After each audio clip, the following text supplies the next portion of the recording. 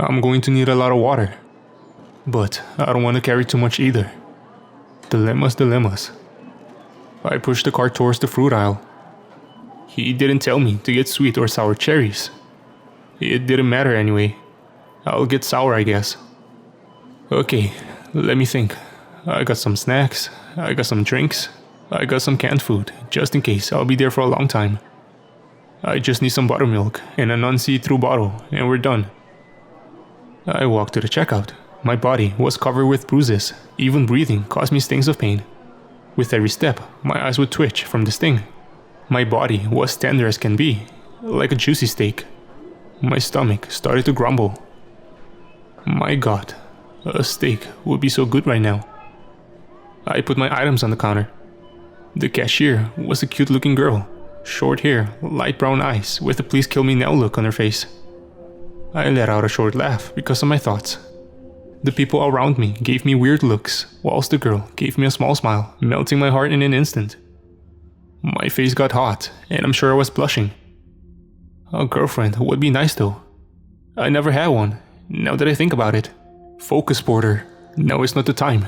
You're a man on a mission. I said to myself as the person in front of me left, which left only the girl and I at the counter, as no one had queued behind me yet. That'll be £28 and 39 cents, she said after scanning my groceries. I'm $2 short. Let me see what I can cut, I said. Oh wait, it's $26.39, she said, ignoring the screen that said $28.39. I'm still 39 cents short. Can you take one of the cans? She took a look at me that practically forced my dense mind to realize what she was doing. Oh, I said, and gave her the £26. Thanks, I whispered as I put the groceries in the plastic bag.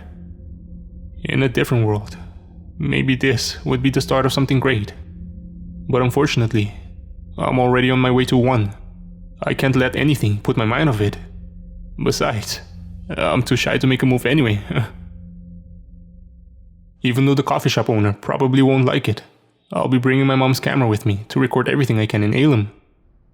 Although, on a murder mission, I'm sure I'll have many moments I'd like to eternalize, I hope.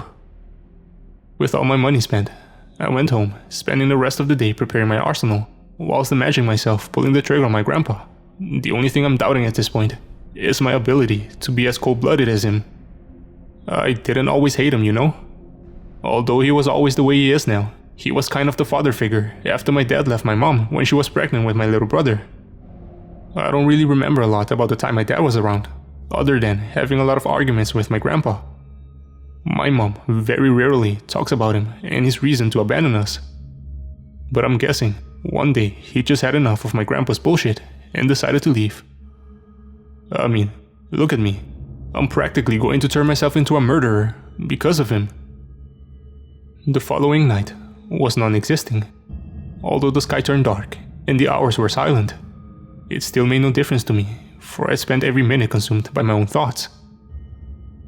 A day later, at 10 p.m., 2 hours before our meeting time, I decided I should make my move to the coffee shop. I stood there, across the street, observing the shop and waiting, counting the seconds, the minutes and hours, who all felt as slow as snails. People started leaving the shop, first one by one, then in a group of various sizes. Lastly, a pink-haired girl left the coffee shop, after which no one followed. At 11:43 p.m., the owner stepped out and took a look at me, saying, "I see you've chosen to come," prompting me to walk towards him. "I've come to settle some personal matters. I hope you understand," I said. From the path I had used to get to the back of the coffee shop, the mystery man appeared with a blank look on his face. "How you've been, kid?" he asked. My eyes widened. Hey, I said, thinking, should I be scared? I mean, he did try to kill me. Don't tell me this is a trap.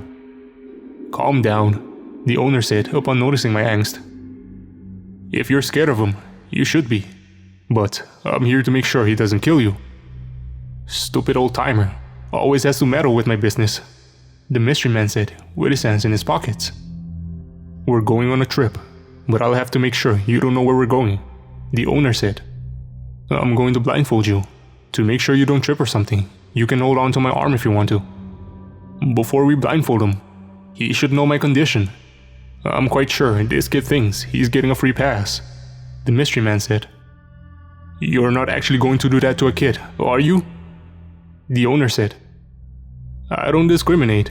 It'll be unfair for all those who had to pay for a trip through my gate, and it would slander my reputation," the mystery man said and started walking up to me. "Listen, kid, the cost of a trip is a body part, chosen by whatever the market wants. Do you still wish to go?" He was right, I thought. I actually thought I was going to be allowed to pass the gate without payment. I guess my test of courage had already started. This was probably my last chance to go home unscathed. "It's been mostly talk before this, Porter. Show him what you're made of," I thought to myself as a drop of sweat fell from my forehead. "Yes, I'm still going," I answered. The mystery man's face showed every bit of annoyance he got towards me. I'm sure he didn't expect me to accept. I turned my head to the owner, who gave me a disappointed look, judging the very essence of my choice to go. He seemed like a wise man, but I don't care what he thinks. I must do this. "What body part do I owe you?" I asked. "I'm not telling you," the mystery man said, giving me a big fuck you for irking him.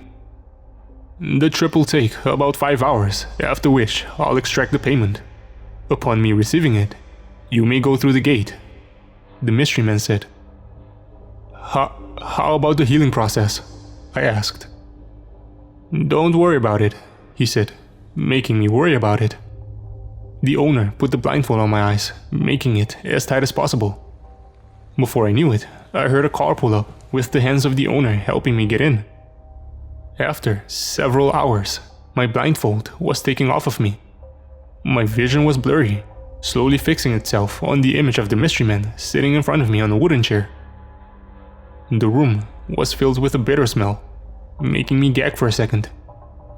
I looked around me with squinting eyes. I was in a room covered in dust and mold, beige and brown, with dark spots on the floor and walls, of what I can only imagine as dried blood. "Last chance, fancy pants," he said with a pitiful face. I've never been as scared as this, I thought. Do you have anesthetics?" I asked. "Would you like that?" he asked. I nodded as tears started flowing off my cheeks and mucus started dripping from my most likely red nose. "Please," I begged. The mystery man put his palm on his forehead. "Jeez, kid, you're not making it easy on me, are you? How about we call this whole thing off and let you go home?" "No," I shouted, wiping my tears. "I'm sorry for crying. I can do this. Just get on with it. I'll put you to sleep, alright? Just remember, you will never get this shit back. Capiche?" I nodded as he pulled out a small box and prepared a needle. After insertion, the world faded slowly as my eyelids got heavier. "I'm coming for you, Grandpa. Just wait." I opened my eyes to an excruciating pain, with the mystery man and the owner holding onto my shoulders. "It's over, kid. You did good. Try not to waste the rest of your body in Ailm. Lucky for you, where you're going, you won't even notice that it's gone," the mystery man said. I wanted to speak, but I couldn't. He gave me a mirror and said, "I'll give you a few minutes to clean yourself before you go." I took a look in the mirror. My chin, and pretty much everything beneath it, was covered in blood. I slowly unhinged my jaw with the pain that almost prohibited every bit of movement in the area beneath my nose. My eyes had dried up, for I had already accepted everything that was coming my way. Neither sweet nor bitter words will ever leave my mouth again. In the mirror, between my red-stained teeth, stood the absence of an organ that broke my ability to ever French kiss a girl, curse my grandpa, or tell my mom I love her. As I will leave Earth after a few minutes, with my bruised body, missing tongue, and an acute anemia, I decided to post this part via my cell phone before I left. I'll make sure to capture everything I can with my camera. Until we meet again. I'm going to miss you guys. Wish me luck, because I can use every bit of it.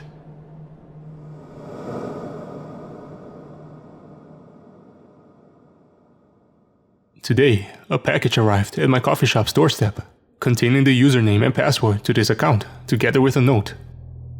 The note is from the boy that recently entered Ailm through the gate of my pier. I didn't get his name at the time, but after reading the posts on this account, he seemed to go by Porter.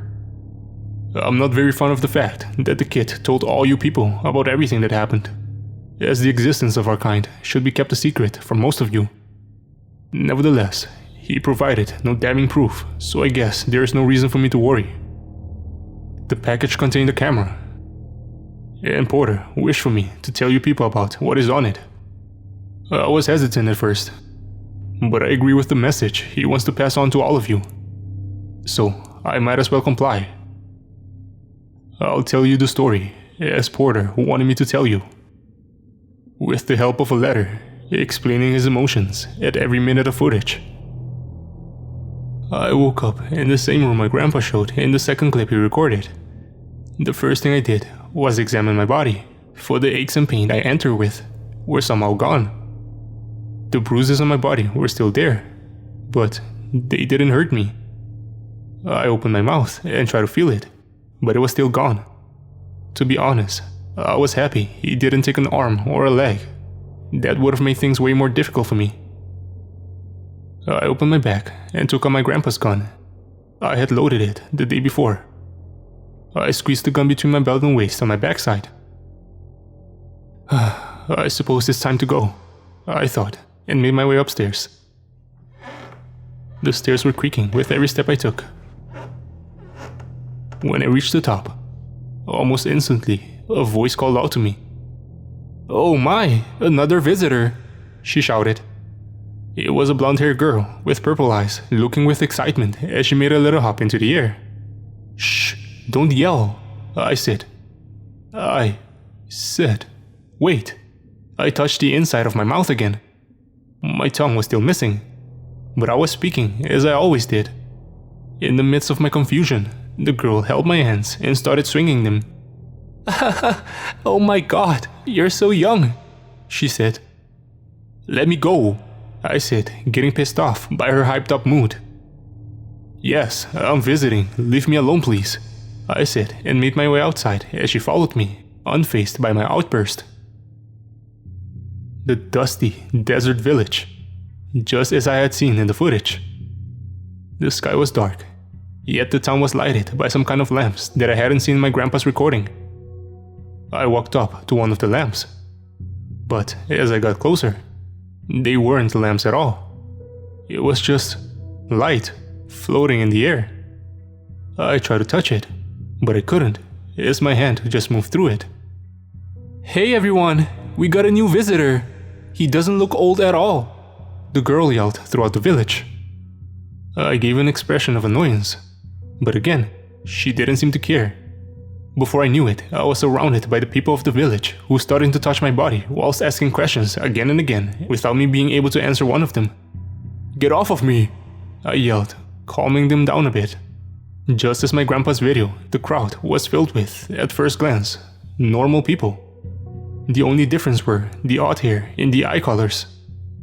"Where am I?" I asked, looking at the one that stood closest to me, being the blonde-haired, purple-eyed girl that called upon the crowd. "Ari Village, Midwest Ailm," she said. Well, that doesn't help me at all, I thought. What country?" I asked. The girl and I both stared at each other in confusion for a bit, until a hand reached for my wrist and pulled me into the crowd. "Leave him alone," he told the crowd with a grumpy voice as we moved through the horde of people. I took a look behind me and felt my backpack bump into someone, the force of the hit making him fall as people caught him just before he reached the ground. The man pulled me inside a house and shut the door. "Sorry for all the commotion. They get pretty excited when they see a new human, especially such a young one," he said, pulling a chair for me, gesturing me to sit. I put my backpack on the ground and sat down in a less than comfortable position as I felt the tip of my gun press against my bum. Who are you exactly? I asked. I'm what they would call the village elder, he said. But after scanning him for a few seconds, I noticed that he didn't look a year over 25. Where am I exactly? I continued. Far from home. Very far, he said. Can't be that far, I said. The people still speak English. They don't, he said, causing a 10-second silence to erupt. What language do you think they were just talking to me in? And the language we are speaking right now? I said, thinking, do they not realize that this is English? He stood up and started looking for something in the room next to the one I was sitting in. Ah, here it is, he said after a minute of searching, showing me a handheld mirror about the size of my head. Take a look at it, he said. I grabbed the mirror, but my distrust stopped my hand as I was about to look into it. You first, I said. He swiftly grabbed it and took a look at it, after which he turned it to me so fast it made me flinch. Don't worry, it's just a mirror, I swear, he said.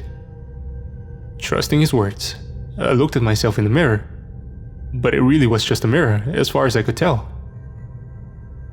Neither we nor you are speaking English right now, he said. Try speaking into the mirror. What do you mean? I said, looking in the mirror. I don't get it. Try again. Focus on your mouth, he said. Are you sure you're not the village's goofball? What? I thought. Are you? I said, looking at my mouth in the mirror. Ah. Oh. E. I. My mouth isn't moving the way it should, I thought, while I kept trying. Oh. I said, but my lips didn't make a round hole. The man started to laugh. What's going on? I asked. As I said, you're not speaking English. Weren't you wondering why you could speak with no tongue? Then, how are we communicating? I asked. You're in Ailm now, kid. Everyone here switches to Sheolish, the default language. Sheolish? I said with a confused tone. It's the language every free soul knows from birth. Most humans only get to speak it after their death. You're pretty lucky to experience this. Didn't you ever think how the people would speak in heaven and hell? Well, there will be no English, Chinese, Spanish or whatever. They'll all be speaking Sheolish. I don't believe in heaven and hell, I said, looking him straight in the eyes as I put the mirror down in front of me. Oh, well, alright. To each their own, I suppose. There's not a really common belief in this area, he said. The door opened with a loud smack. It is where we come from, a voice shouted from behind me. My blood started to boil upon hearing that voice. That goddamn voice. The village elder saw the thirst for blood in my eyes. Upon noticing him looking at me, I collected my fury and turned around saying, Grandpa, it's been so long. Shirtless, hair and chest full of sweaty hair, pants covered in sand and dust, a look of thirst in his eyes, both literally and figuratively. Yeah, it's my grandpa, alright. How you've been, Porty? So, you're filming your own experience in Ailm as well, eh? He said, walking up to me. I see the elder has already begun introducing you to this world. Do you two know each other? The elder asked. I nodded as my grandpa explained. This little brat is the child of my daughter, sweet little Basil Porter. You're like oil and water, the elder said. Your grandkid doesn't seem nearly as eccentric as you were. Yeah, this kid is more like his dad, my grandpa said. Hey Porty, got some water for me? I didn't say anything, for I was deep in thought, thinking about my next move. I could just shoot him right now, I thought. But with all these people around me, they might not like that at all, especially since they seem to know my grandpa pretty well. "Oi, Porter," my grandpa said, giving me a tap on the head. "Look in my bag. There should be a lot." He grabbed my cheek with his hands as I was about to pronounce the O. "Your tongue, eh?" he said. "Well, you won't really have to worry about that here, but it's going to suck back on Earth. At least it's healing well." He started digging through my bag, chugging a bottle of water as soon as he found one. "My God, that's refreshing. Too bad it's already gone lukewarm." "What's this?" he asked, showing my non-see-through bottle. "Buttermilk," I said with a poker face. "Porter!" he shouted, grabbing the attention of the elder and every person in the mob that had gathered outside the house. "Porter, you're so sweet," he said, almost crying. "It's not for you," I said. "Don't drink it." His expression dropped tremendously. "Give me half." He started to bargain. "No," I said. "I brought that for myself. You can't have any." "I'm sorry. I just got excited for a bit. Really, like buttermilk." "Well, if you're planning on saving it, you should keep it cold before it spoils." "You're right," I said. "Is there some kind of refrigerator?" I asked the elder. The elder looked at me with wide eyes and a smile. "Refrigerator?" he asked. "Don't bother, Porty. Different place, different rules," Grandpa said. "Where's Yuzdo?" he asked the elder.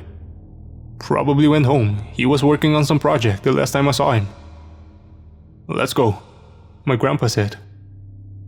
With a mob of people, we walked throughout the village, stopping at the corner, the last house before a grand desert field that seemed to go nowhere. Inside the house, my eyes feasted on a mighty being. "A dragon," I whispered to myself. Well, it was meant to look like a dragon. In actuality, it was the sculpture of a dragon, made out of the last thing I would imagine someone sculpting in this place: ice. "Do you like it?" someone asked in a raspy voice, wearing a pair of small glasses with his blue hair in a ponytail. Yes, it looks amazing," I said. "Rumors say a dragon has been spotted in the far north. How awesome is that?" he asked, looking dreamy at his creation. Very," I said, still not used to all the wonders of this new world. Yeah. Spare me the fantasy talk, Yuzdo. Can you free some bottle for us?" my grandpa asked, cutting straight to the room's mood. "I would appreciate it if you asked me more kindly. Where are the bottles?" he asked. My grandpa almost ripped the backpack off my back as he tried to give him the bottles. He walked to the corner of the room where a cloth bag lay, neatly folded. "I'm borrowing this, if you don't mind," he said. Yuzdo just gave him a look, silent and stern, like an owner gives his dog when it misbehaves. One by one, Yuzdo took the bottles and placed them back again, until he got to the buttermilk bottle. "Make that one extra cold, please," my grandpa said. "You're not going to drink it," I said. Yeah. You'll like it more when it's really cold too." Yuzdo held the buttermilk in his hand for a few seconds longer. I didn't really understand what he was doing, but then I noticed. On the outside of the bottle, frost started to appear as the bottle started to make cracking sounds. "What the fuck?" I whispered, with my jaw almost touching the floor. "Feast your eyes, kid," my grandpa said. "Is this kid also from Earth?" he asked, looking at my grandpa. "Yeah, he's my grandkid. Listen, Porty, the people in this world all have some special ability they can use to an extent, like fire and water and such. But it's not only restricted to elements. I even saw someone make glass. How crazy is that?" my grandpa said. I'm not going to lie. At that moment, I truly understood why my grandpa wanted to be here so much. What a world it was. Ailm. It didn't justify his actions though. And so, my thoughts hadn't changed about him. "I want you to meet someone else," my grandpa said, grabbing my bag, quickly walking out of the door like a kid who's about to go to the park. Before I could follow, Yuzdo grabbed my shoulder. "Be careful, kid," he said, looking in my eyes with a look that was colder than a sculpture. I nodded and left his house. I took some water bottles for myself. I hope you don't mind, my grandpa said, showing me the cloth bag he filled. I didn't respond. Alright everyone, he shouted to the crowd. We're going farther east. I would appreciate it if you stop following us. The crowd shouted a bit and started scattering. Let's go, he said again. I knew exactly where we were going. I didn't want to meet this someone at all, but I remembered from his recordings that it was deep in the desert, the perfect place for me to shoot him. So, there we were, walking in the scorching desert, just the two of us. So, how do you like Ailm? He asked. It's mesmerizing. Didn't I tell you? He said, while starting to laugh. For some reason, those blokes on Earth make it really difficult for us to get here. Some cunts they are, right? Huh, yeah, I said. That bastard gatekeeper even sent someone to kill me, he continued. My eyes twitched as I heard him say that. Luckily, my boss killed that idiot before he could kill me. Fucking loser reaped what he sowed. Who is this boss exactly? And what do you do for him? I asked hesitantly. I'm happy you asked. My boss is exactly like me. He just takes what he wants, he said, grabbing a bottle out of the cloth bag he was carrying. It was the buttermilk bottle. He opened the cap, and before he took a sip, he stopped and looked at me. You could have had half, you know? Shouldn't have been such a greedy cunt, he said as he chugged the bottle empty. Some sand had got into it anyway. Where was I? Oh yeah, my boss. Like I said, he takes what he wants, and the thing he wants is flesh. Excuse me? I said. He's got some kind of disease or something. He gets really weak if he doesn't cannibalize his own kind. It's pretty weird. I was baffled by his words, but he didn't stop talking for even a second, and just continued. So yeah, because I'm so popular, I'm really good at leading people to him so he can eat them.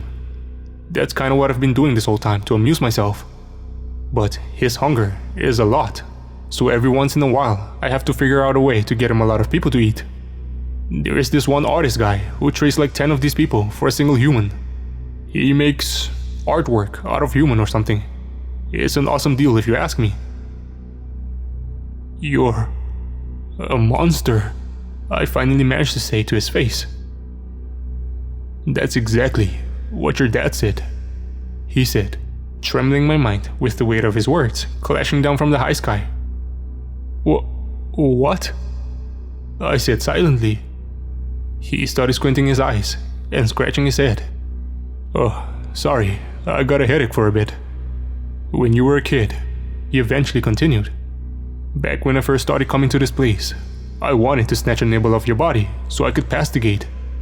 Your dad stopped me before I could. That fucking cunt. So eventually, I made a trap to lead him to Ailm with some obvious clues. Once he figured everything out, he came to Ailm. Me and my boss captured him and traded him to this artist I mentioned before. I couldn't breathe properly anymore. My eyes started to move from left to right rapidly. We were far enough. I was going to end this swiftly. But before I pulled my gun, I asked him, "How could you do all of this? Don't you feel any remorse for what you did to these people? My father, my little brother, your own daughter, for fuck's sake." Life has been really unfair to me, kid. The only way I can be happy, the only way I can be free, is if I treat others the same way. I do have to be honest. I didn't like hurting my grandson, nor my daughter. But your dad had it coming. He came closer, laid his hand on my shoulder, and whispered. He came to Ailm to kill me. Just like you. My senses went on overload as I could feel every drop of blood flow through my body. I pushed him off of me and jumped a step back, drawing the sweat-covered revolver and aiming it at his naked chest. He put his hand and stump in the air, but I didn't give a single fuck. It's time, I thought, and pulled the trigger, shouting, "Goodbye and good riddance." My grandpa exploded into laughter, as my hand exploded into bits and pieces, scattering fingers and blood throughout the desert.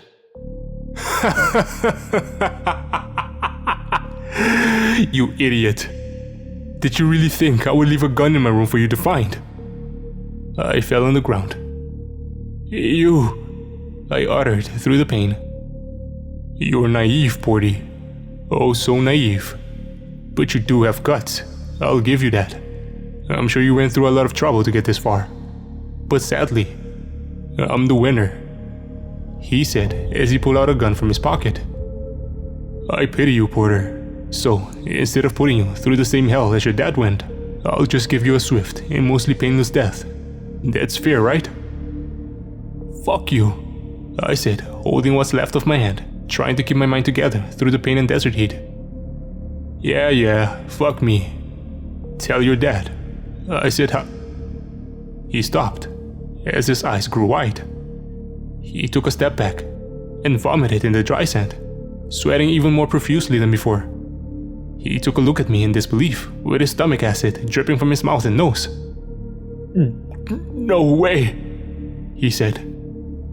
It was finally my time to laugh. If only you weren't such a piece of shit. If only you didn't take everything you wanted. If only you knew that your grandson hated buttermilk. Then you might have suspected something, I said. But you didn't even want me to drink it. You told me it was for you, damn it, he said loudly. I did, because that was the only way I could guarantee you drinking it. Because I knew that you couldn't help yourself. That you couldn't help yourself taking something that didn't belong to you. What did you do to it? He cried out, vomiting one more time as his hands started to shake. Crushed cherry pits, I said. Cyanide, he whispered, standing up and aiming the gun at me. His arms were shaking, but at this distance, I'm sure it would hit. Well played, Porty, he said. I can accept this end. Ironically, I can live with this, I thought as I looked into the barrel of the gun. At that moment though, something happened we'd both forgotten about. It wasn't the gun, it was the sun, exploding in the sky, casting darkness upon the whole desert in an instant. I wanted to move, but not only had I let my guard down and relaxed my muscles, the shock of the sky made me freeze, making me think I had already died. Then, in the darkness, the shot of a gun casted a brief light as the bullet made its way towards my skull. A moment of silence occurred, after which the moon was birthed, lighting the desert enough for us to see. And both of us saw the monstrous being between us. I can't let you both die, Myur. I'm sure you understand, he said. I looked at his knee. He had taken the bullet from me, so it was spinning on top of his skin, not penetrating even a millimeter into his flesh.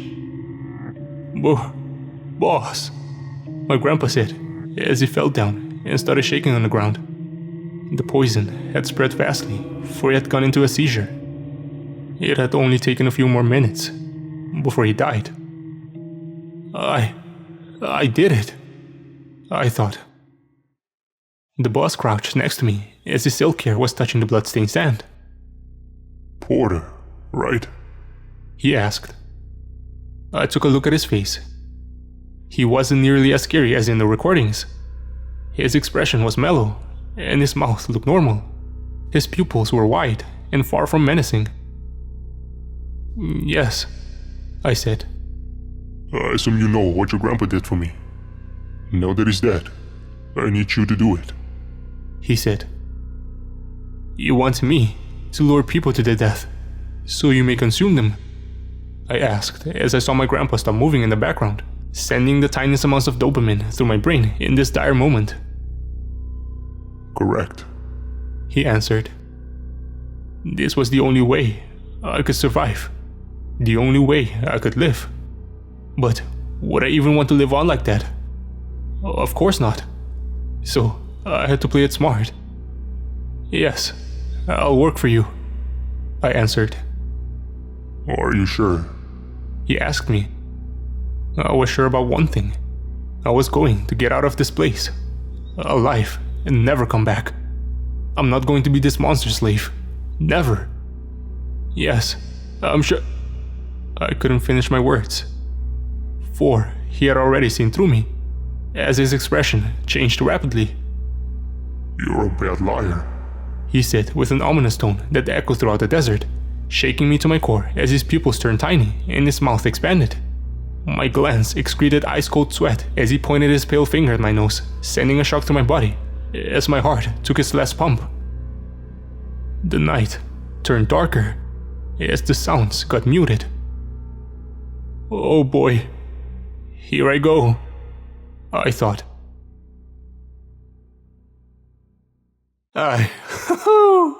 So, finally, I heard as I opened my eyes to a blurry vision. Hey, hey, hey, wakey, wakey, sleepyhead, a man said. I tried to move my arms, but I couldn't. I looked around me and saw that I was strapped to some kind of wooden plank in a colorful room. What is this? Some kind of circus? I thought out loud. No, no, no. Don't be silly. This is my working space. I like vivid colors, you see. They help me think more artistically, the man said. Where am I?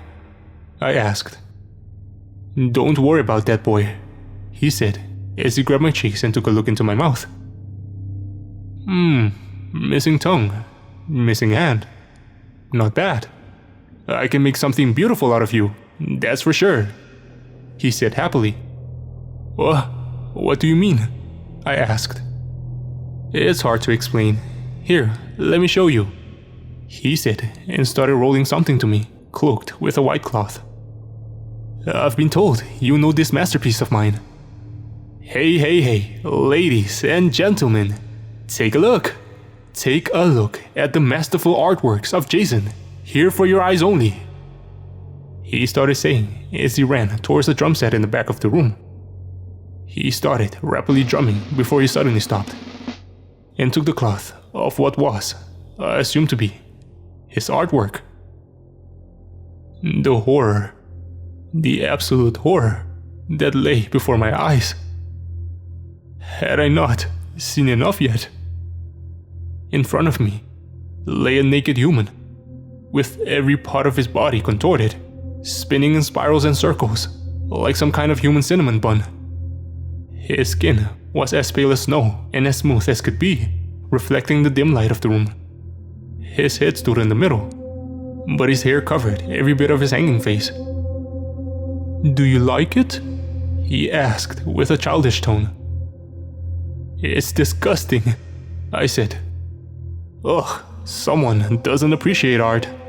Besides, it's kinda rude talking about him like that. Wouldn't you agree?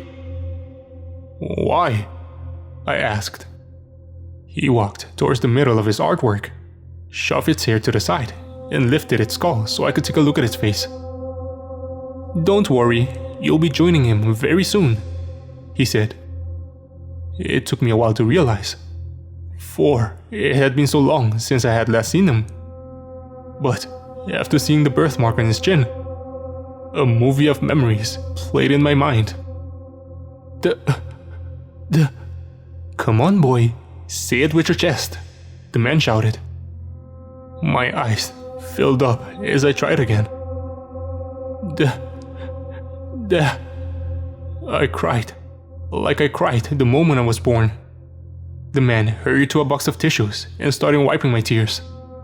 Yeah, it's your daddy, stop crying, he said with a sad expression as he dried my face. I collected some saliva and spit it at his face. You bastard, I yelled through the room. "Come on now, no need to be mean," he said as he moped. "Fuck you," I said silently. "I usually don't do anesthetics, but I wanted to make an exception for you. But if you keep this up, I'll change my mind," he said. I didn't say anything. I just watched my teardrops hit the floor as my head hung low, defeated as could be. "Aw, come on, kid," he said. "How about I do you a favor? Is there something you want?" he asked. "I want to go home," I responded. Anything else maybe? I got some candy if you want," he said with a smile. Looking down on the ground, I noticed the camera was still strapped to my chest. I thought I would have some great memories of my trip to Ailm. How wrong I turned out to be. "I want you to send this device on my chest to someone," I said. "Of course. Where do you want me to send it?" "Earth," I said. "Geez, kid, the candy is really tasty, you know. You sure you don't want that? Please, do me this one favor." He sighed. "Sure, whatever you want, sweetie. And help me write a note to send as well." "Hell no. One favor, kid, don't push your luck," he said. I already understood what this guy lived for, so I used that to persuade him. It'll be art," I said. His eyes started gleaming.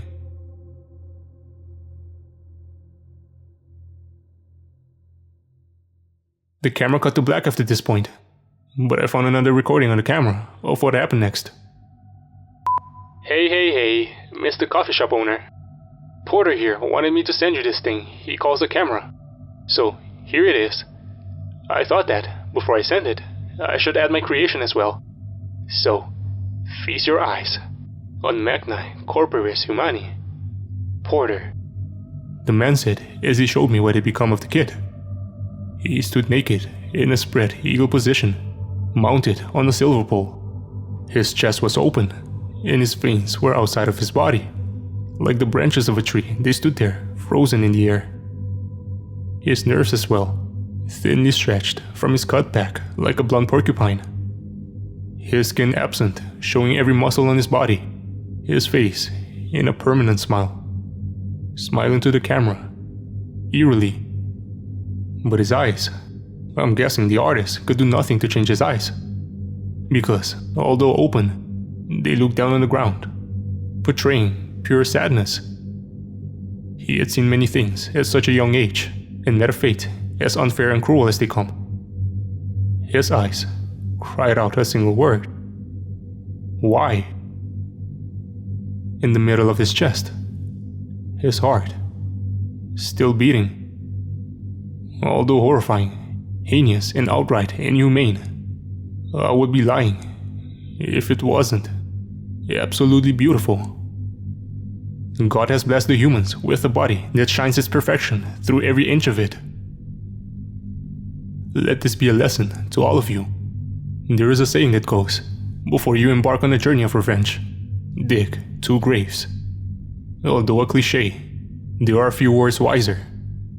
If your journey includes a trip to Ailm though, remember that merely dying could be a luxury you might not be granted.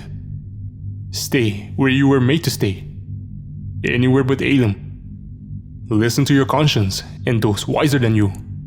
For Porter was warned many times, but was too stubborn to heed, blinded by his own desires. From the bottom of my heart, I wish that you make the right choices this decennium and for the rest of your life. Porter was no special person.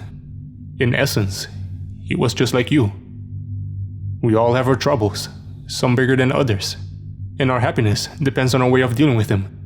So, act wisely and help those around you who struggle to an extent.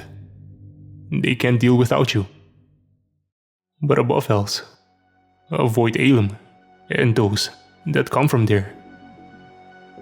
For there is a reason why you humans dubbed us demons.